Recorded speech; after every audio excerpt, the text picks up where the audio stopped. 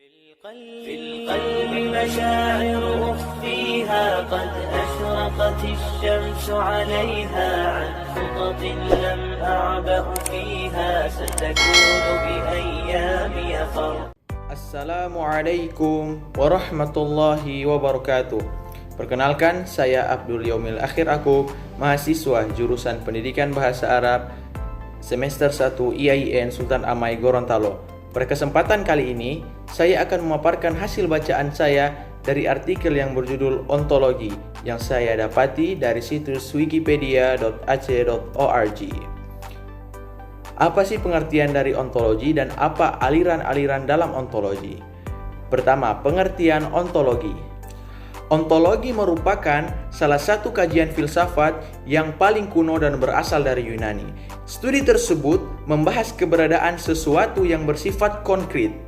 Tokoh Yunani yang memiliki pandangan yang bersifat ontologis adalah Thales, Plato, dan Aristoteles. Pada masanya, kebanyakan orang belum bisa membedakan antara penampakan dan kenyataan.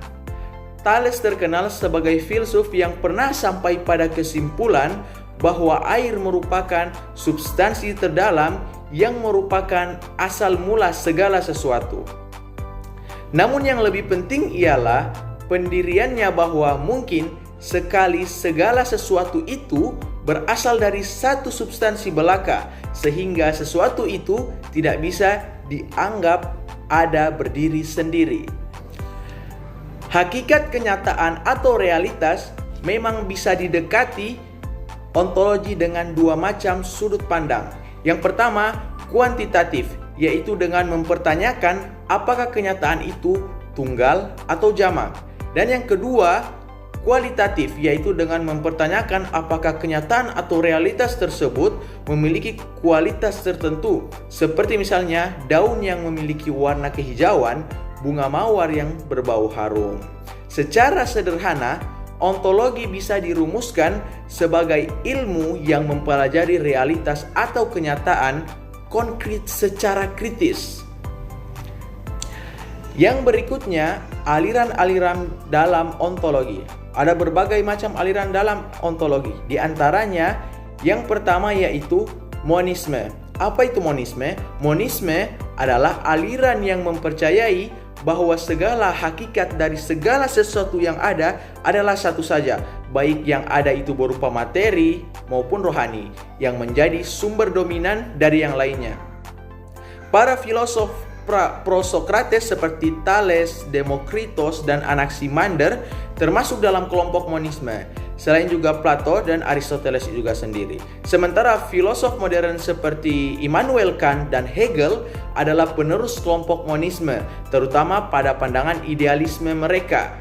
Ontologi merupakan salah satu di antara lapangan-lapangan penyelidikan filsafat yang paling kuno.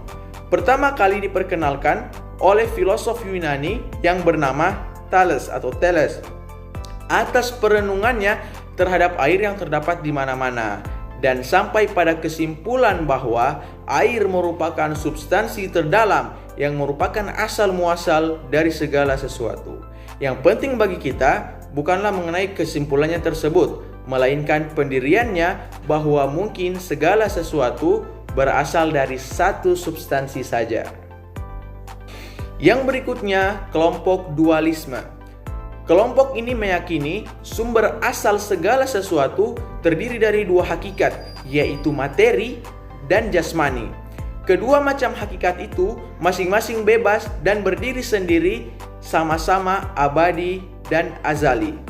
Perhubungan antara keduanya itulah yang menciptakan kehidupan dalam alam ini. Contoh yang paling jelas tentang adanya kerjasama antara kedua hakikat ini ialah dalam diri manusia. Descartes adalah contoh filosof dualis dengan istilah dunia kesadaran atau rohani dan dunia ruang atau kebendaan. Aristoteles menamakan kedua hakikat itu sebagai materi dan forma, bentuk yang berupa rohani saja. Umumnya manusia dengan mudah menerima prinsip dualisme ini karena kenyataan lahir dapat segera ditangkap dengan panca indera, sedangkan kenyataan batin dapat segera diakui dengan adanya akal dan perasaan hidup. Aliran yang selanjutnya adalah materialisme. Aliran ini menganggap bahwa yang ada hanyalah materi dan bahwa segala sesuatu yang lainnya yang kita sebut dengan jiwa atau roh tidaklah merupakan suatu kenyataan yang berdiri sendiri. Menurut paham materialisme, bahwa jiwa atau roh itu hanyalah merupakan proses gerakan kebendaan dengan salah satu cara tertentu. Materialisme terkadang disamakan dengan naturalisme, namun sebenarnya terdapat perbedaan di antara keduanya. Naturalisme merupakan aliran filsafat yang menganggap bahwa alam saja yang ada, yang lainnya di luar alam itu tidak ada. Tuhan juga yang di luar alam itu tidak ada. Sedangkan yang dimaksud alam atau natural di sana ialah segala-galanya meliputi benda dan roh. Sebaliknya, materialisme menganggap roh adalah kejadian dari benda, jadi tidak sama nilainya dengan benda. Filsafat Yunani yang pertama kali muncul juga berdasarkan materialisme. Mereka disebut filsafat alam atau naturfilosofi. Mereka menyelidiki asal-usul kejadian alam ini pada unsur-unsur kebendaan. Yang pertama, Thales menganggap bahwa unsur asal itu air. Yang kedua, Anaximandros menganggap bahwa unsur asal itu apeiron, yakni suatu unsur yang tak terbatas.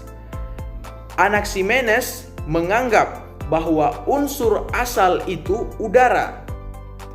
Dan tokoh yang terkenal dari aliran ini adalah Demokritos yang menganggap bahwa hakikat dari alam ini adalah atom-atom yang banyak jumlahnya dan tak dapat dihitung serta sangat halus.